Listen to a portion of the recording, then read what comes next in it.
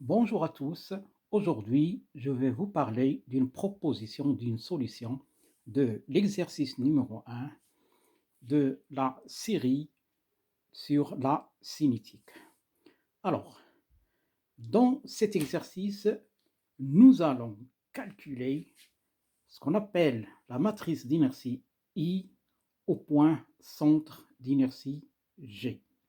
Dans le cours, nous avons dit que cette matrice est calculée en un point dans une base donnée. Alors, pourquoi ici au centre d'inertie? Parce que nous allons voir dans la suite du cours et des exercices que si on veut appliquer, par exemple, le théorème de Koning relative à l'énergie cinétique, nous aurons besoin de cette matrice calculée au point centre d'inertie dans une base donnée.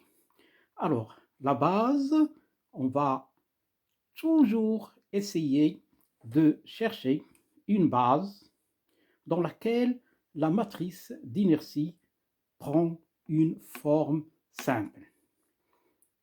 C'est-à-dire que on va chercher des bases dans lesquelles la matrice d'inertie est diagonale.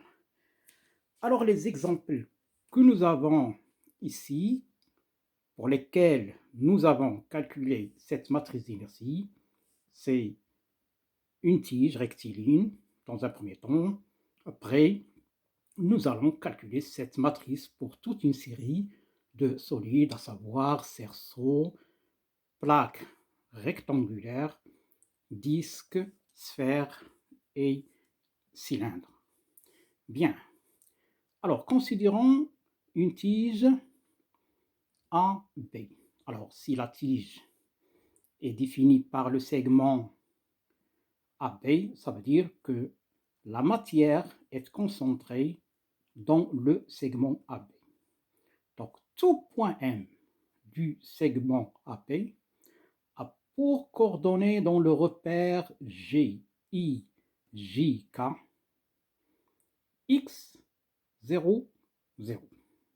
Alors, ça, c'est très important parce que nous allons voir que quand on va calculer les termes A, B, C, nous aurons, nous aurons à calculer des intégrales dans lesquelles il y a X, Y, Z. Et dans ce cas, on garde X, la variable X, mais Y et Z vont prendre des valeurs 0 dans cet exemple de tige rectiligne. Alors, dans le cours, nous avons donné deux critères pour que la matrice soit diagonale. Alors, le premier, si le solide, ici, c'est la tige AB. Si le solide possède au moins un axe de symétrie de révolution, la matrice sera diagonale, c'est-à-dire moins D, moins E, moins F, voire court, égale à 0, 0 et 0. Deuxième critère, si le solide possède au moins deux axes de symétrie, la matrice sera diagonale. Alors, nous avons deux critères, mais si l'un des deux critères est vérifié, la matrice est diagonale. Alors, ici, regardez, les axes G, Y et GZ, perpendiculaires au plan de la feuille, sont deux axes de symétrie pour la tige. Donc, le repère RGIGK est un repère principal d'inertie en G. Alors, dans tout repère principal d'inertie, en un point, nous aurons la matrice diagonale. Alors, les deux critères, cette définition de repère principal d'inertie en un point, vous les avez dans votre cours. Donc, grâce à ces deux axes de symétrie, nous avons un critère vérifié et par conséquent, la matrice prend la forme A, B et C. Ça, d'une part. Donc, nous avons ici 0, nous avons ici 0, nous avons ici 0. Donc, ces intégrales ne vont pas être calculées. Mais est-ce que c'est possible de faire mieux, c'est-à-dire faire moins de calculs? C'est-à-dire ici, est-ce qu'il y a des relations entre A, B et C? Ce résultat, en fait, cette idée de trouver, de chercher est-ce qu'il y a des relations entre A, B et C, est une idée tout à fait générale. Nous allons voir dans la suite de cette résolution de cet exercice que chercher des relations entre A, B et C, ça facilite beaucoup le calcul de cette matrice. Alors, j'ai écrit ici que les axes G, Y et Z jouent le même rôle de symétrie. Qu'est-ce que ça veut dire? Ça veut dire même rôle de symétrie. Nous avons Gx et Gz sont deux axes de symétrie. Nous n'avons pas, par exemple, Gy un axe de symétrie et Gz un axe de symétrie de révolution ou inversement. De plus, nous avons les variations de y et de z sont les mêmes. Y est égal à 0, z égal à 0. Si on a ces deux conditions, automatiquement, on dit que les axes jouent le même rôle. Et dans ce cas, regardez, Gy correspond à B. Là, c'est la ligne Y, la colonne Y. Gz correspond à C. Ça, c'est la ligne Z, la colonne Z. Alors, dans ce cas, on pose que B est égal à C. Donc, entre B et C, il faut toujours chercher quelle est l'intégrale la plus facile à calculer. Est-ce que B ou C? Donc, nous allons rencontrer dans la suite de cet exercice ce type de problème. Donc, ici, A, il est indépendant de B et C. Donc, on doit calculer A. Et après, soit on calcule B, soit on calcule C, car B est égal à C. Donc A. Dans le cours, A est égal à IXX, est égal à I11, c'est ce terme ici. I est égal à 1, J est égal à 1. Le cours dit que c'est une intégrale sur le solide de y carré plus z carré dm.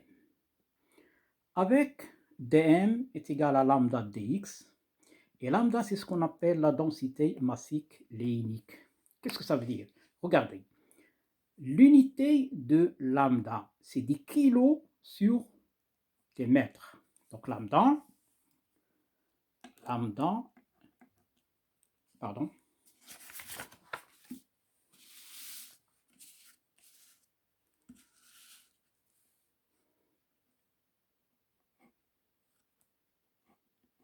lambda, il est en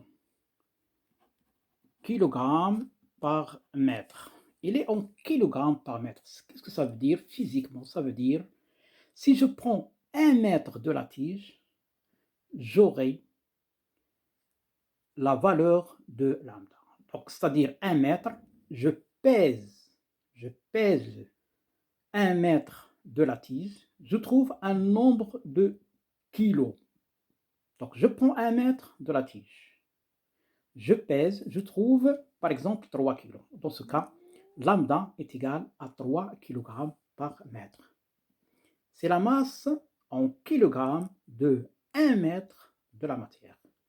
Ce résultat est tout à fait général. Si on a un solide surfacique, il suffit de prendre 1 mètre carré de surface de ce matériau, on pèse ce 1 mètre carré, ça donne un nombre de kilos. Et dans ce cas, la densité massique surfacique, c'est ce nombre de kilos ce nombre de kilos par mètre. C'est-à-dire, si par exemple, dans la suite, on va regarder le cas de la plaque, je prends 1 mètre carré de la plaque, je pèse. Si je trouve 5, ça veut dire que sigma est égal à 5 kg par mètre carré. Le même raisonnement, on peut le faire dans le cas tridimensionnel. Très bien. Alors ici, le point M de la tige est tel que, regardez, Gm, c'est x 0, 0. Ici. M, x, 0, 0. Donc, ceci entraîne que y est égal à 0 est égal à z. Donc, y est égal à z est égal à 0.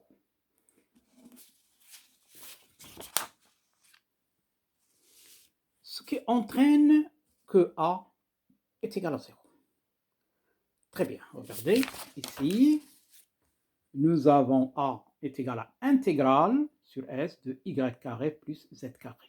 Donc ça, 0, 0, c'est une aire, intégrale, c'est l'aire entre la courbe et l'axe des x. Par exemple, si vous avez f de x, regardez, vous avez ça.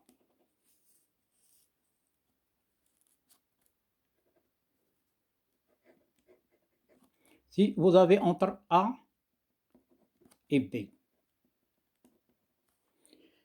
intégrale de f de x, d de x entre A et B, c'est cette R.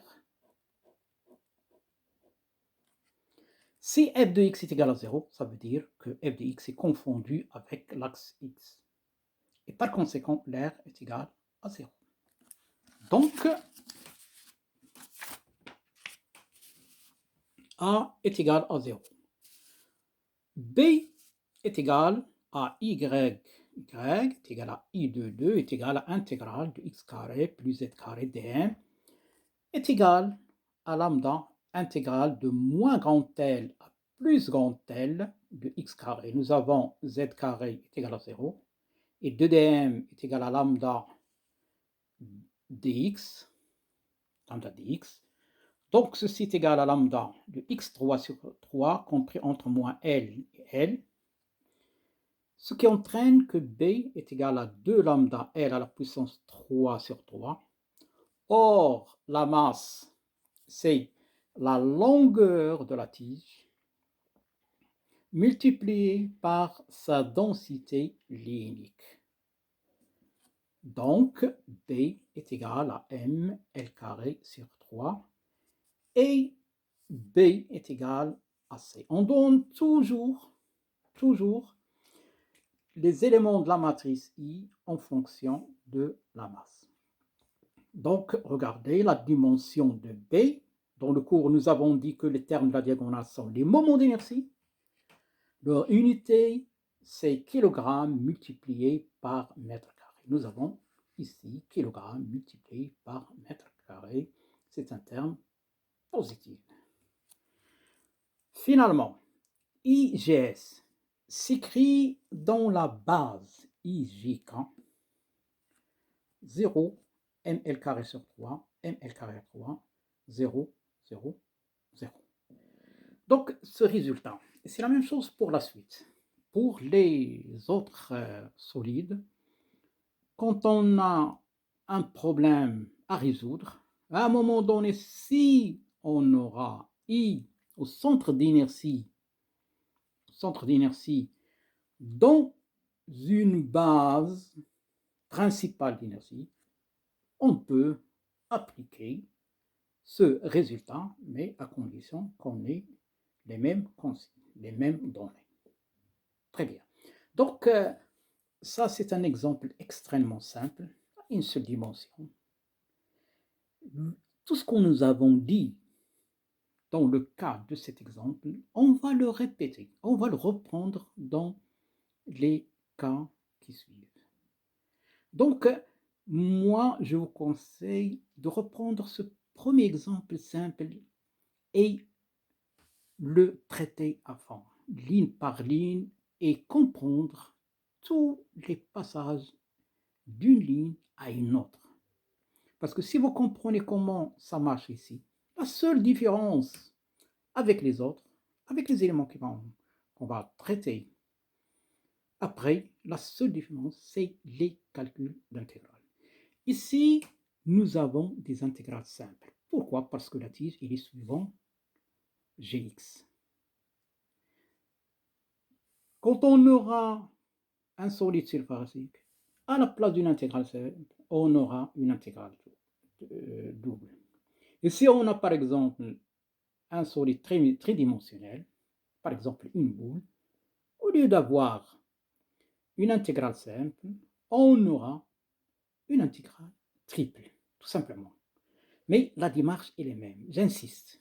J'insiste là-dessus, il faut prendre cet exercice très sérieusement, une bonne fois pour toutes.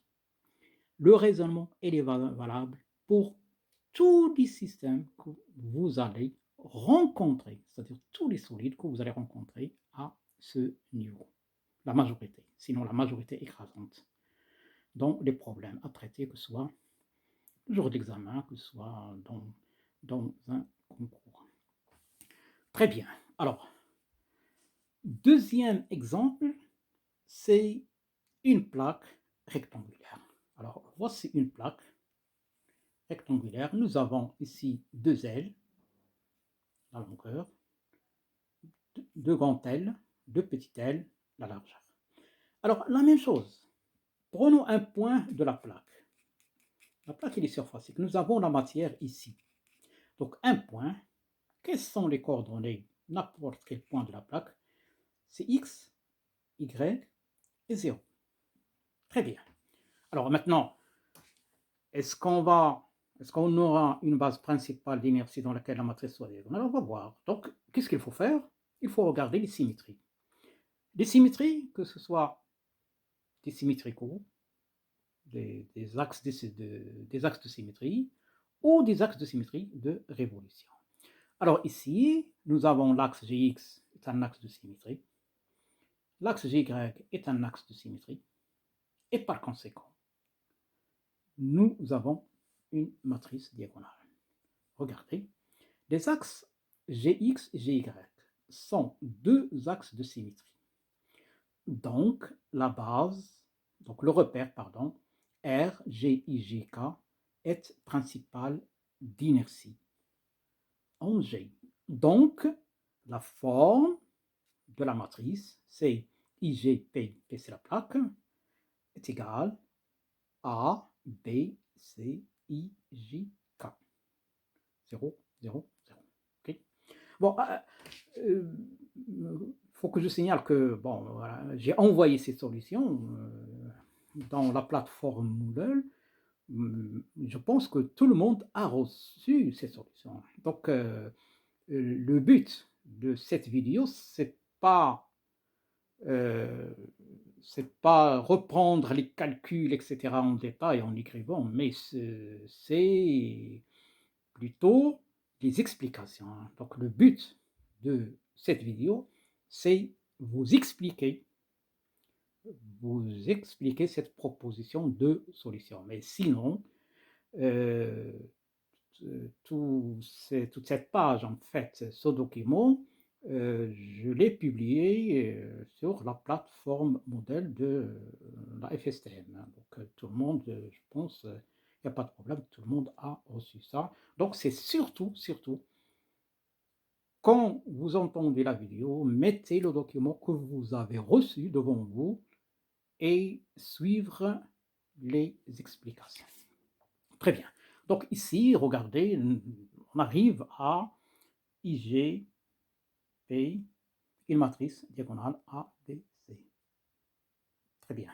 Bon, alors, est-ce qu'il y a des termes égaux entre A, B et C? Bon, on va voir. Alors, A s'écrit intégrale y carré plus z carré. Donc ici, avec d de m est égal à sigma ds, est égal à sigma dx dy. Sigma, c'est la densité massique surfacique, c'est-à-dire, c'est le même raisonnement. Si je prends 1 mètre de la plaque, 1 mètre carré, pardon, 1 mètre carré, je pèse ce 1 mètre carré. Si je trouve 10 kilos, sigma est égal à 10 kg par mètre carré. Le système est un système homogène. Sigma est une constante. Donc, le point M, pardon, ici c'est le point M. Tel que Gm, G c'est l'origine de la base du repère, ça on l'a dit dans le cours, Gm est égal à x, y et 0, parce que le point se trouve dans le plan x, y. Alors z est égal à 0 et par conséquent a est égal à intégrale de y carré b de m. De même, b est égal à intégrale de x carré plus z carré dm est égal à intégrale de x carré, pardon, vous rajoutez dm ici. Vous rajoutez, vous ne l'avez pas, vous rajoutez dm. Vous rajoutez dm que je viens d'écrire. Très bien. C est égal à intégrale x carré plus y carré dm est égal à intégrale de x carré dm plus intégrale de y carré dm est égal à a plus b. Très bien. Donc nous avons, et là je vous conseille de le faire toujours, quand vous aurez une matrice à calculer, matrice d'inertie à calculer, vous posez les expressions de A, de B et de C, et vous regardez est-ce qu'il y a des relations entre A, B et C. Parce que ici, regardez, nous avons une relation. C est égal à A plus B. Donc il suffit de calculer deux termes. Nous avons A, B, C. Il suffit de calculer deux termes, donc A et B, ou A et C, ou B et C. Et en général, c'est tout à fait naturel, on calcule les termes les plus faciles à calculer. Très bien. Alors, mais encore, est-ce qu'il y a des égalités? C'est-à-dire, est-ce qu'on peut avoir A est égal à B ou A est égal à C ou... Bon, ici, non. Pourquoi? Parce que, regardez, les axes de symétrie que nous avons, c'est Gx, Gy. Est-ce que Gx, Gy jouent le même rôle? Non. Ils sont deux axes de symétrie, ça c'est vrai, mais regardez, les variations de x, c'est entre moins grand L et plus grand L, et les variations de y, c'est entre moins petit l et plus petit l. Donc, nous avons deux axes de symétrie, mais les variations des variables ne sont pas les mêmes. Donc, les deux axes ne peuvent pas jouer le même rôle. Ils peuvent jouer le même rôle si on a même type de symétrie, comme ici. Deux axes de symétrie, pas de problème. Mais aussi, il y a les variations de x, y, il faut qu'ils aient les mêmes intervalles. Ici, x, y n'ont pas le même intervalle. X est compris entre moins grand L et plus grand L. Y est compris entre moins petit l et plus petit l. Donc, ils n'ont pas le même intervalle. Donc, tout ce qu'on peut dire que nous avons C est égal à A plus B. Donc là, maintenant, il faut faire les calculs. Alors, A est égal à intégrale de y carré dm est égal à sigma intégrale de y carré dm, c'est sigma ds, c'est sigma dx dy, y carré, est égal à sigma intégrale de moins petit l petit l, y carré de y, multiplié par intégrale de moins grand L à plus grand L. Pourquoi on a fait la multiplication des deux intégrales? Parce que regardez, x, y sont deux variables indépendantes. Regardez, y varie entre moins L plus L, x varie entre moins grand L et plus grand L. Si on avait quelque chose qui dépend de x ici, on ne peut pas faire la multiplication des intégrales. Donc, je pense que ceci, vous avez ces résultats dans le cadre d'un cours de mathématiques, calcul d'intégrale multiple. Donc là, il faut regarder les bornes d'intégration. Donc ici, il n'y a pas x, ni ici, ni ici. Il n'y a pas de fonction de x. Ici, il n'y a pas de y, donc là, on fait la multiplication des intégrales. On dit que x et y sont indépendants. Il n'y a pas de relation entre x et y. Bien. Ce qui entraîne, donc, tout calcul fait, donc, faites le calcul, il est très simple. Donc ici, c'est y3 sur 3 compris entre ça et ça, c'est x entre moins l et l. D'où le résultat A est égal à ml carré sur 3 avec m est égal à sigma s. Donc c'est un milieu homogène. Donc m, l'intégrale donne directement d de m est égal à intégrale. M est égal à intégrale de dm. Donc regardez, si j'écris ici par exemple, m, à quoi est égal m? M, c'est l'intégrale d de m sur s. Donc d de m, intégrale sur s sigma d de s. Donc est égal, sigma constante, intégrale de d de s sur s. Donc c'est s quoi. Donc là est égal, pardon, est égal à sigma s. Voilà. M c'est l'intégrale de dm sur le solide. C'est l'intégrale sur s sigma ds. Donc parce que dm c'est sigma ds, c'est égal, puisque ça c'est une constante, on le sort, le système il est homogène. ds, c'est S. Intégrale ds sur S, c'est S. Donc, c'est sigma S, c'est le résultat que nous avons posé ici. S, c'est, on a un rectangle, c'est la longueur fois la largeur. C'est 2 petits L fois 2 grands L.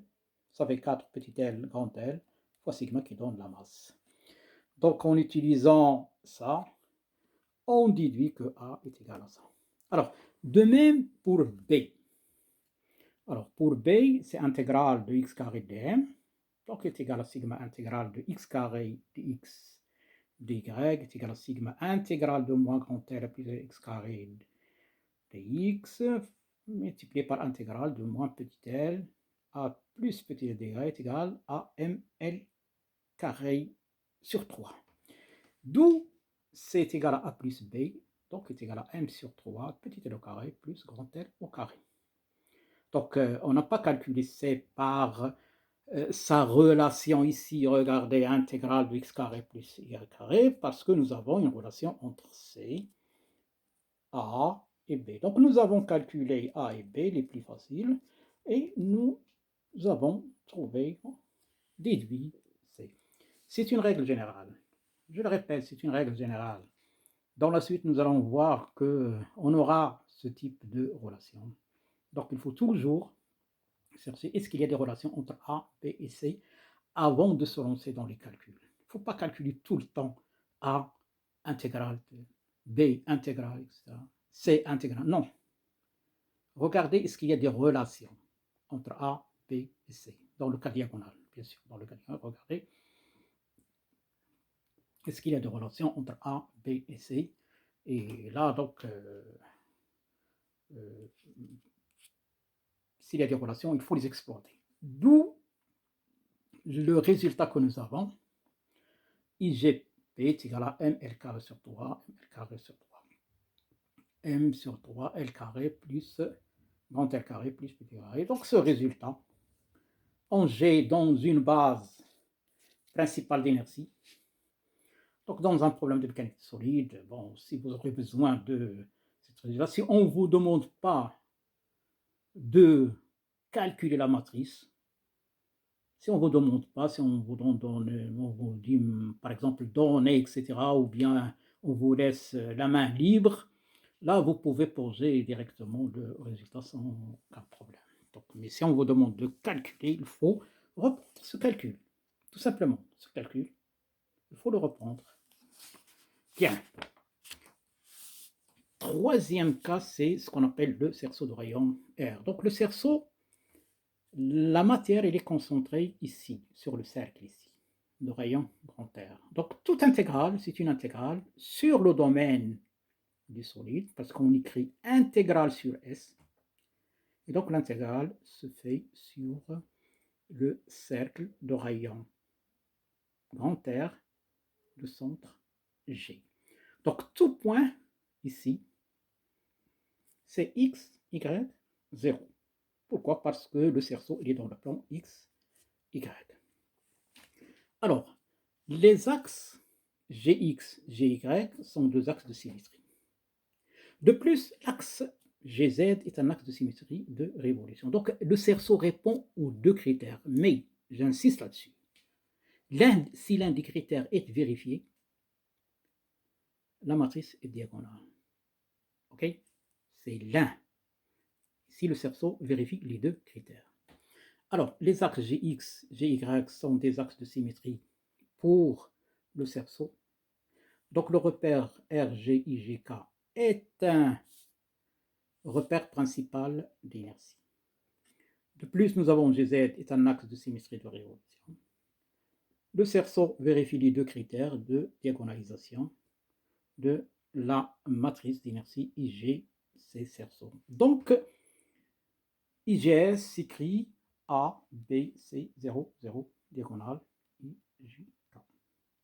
OK? Bien. Alors, dans le cours, nous avons parlé de valeurs propres et de vecteurs propres. Donc, ici, c'est la même chose. Quand c'est diagonal, donc là, A, c'est la valeur propre de la matrice, associée au vecteur propre I. B, c'est la valeur propre de la matrice associée au vecteur propre J. Et C, c'est la valeur propre de la matrice associée au vecteur propre K. Regardez dans votre cours, c'est donné dans le cours.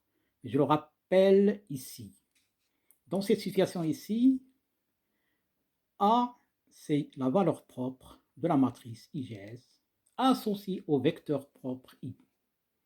B, c'est la valeur propre de la matrice associée au vecteur propre J. Et C, c'est la valeur propre de la matrice associée au vecteur propre K. Et ceci est vrai aussi pour le cas de, comment s'appelle, de la plaque que nous avons rencontrée ou de la tige. Bien. Alors ici, Gx et Gy jouent le même rôle de symétrie. Donc A est égal à B. Donc là, Gx, Gy sont deux axes de symétrie. Donc si je prends un point ici, symétrique il est ici. Si je prends un point ici, symétrique est ici. Donc ça, c'est... Nous avons discuté ça dans la partie du cours que vous avez reçu sur la symétrique, la première partie du cours sur la symétrique. Donc deux axes de symétrie. Les variations de x, c'est entre moins r et r, y de moins r. Donc les deux axes de symétrie jouent le même rôle, donc A est égal à B. Ça, c'est une première relation. Donc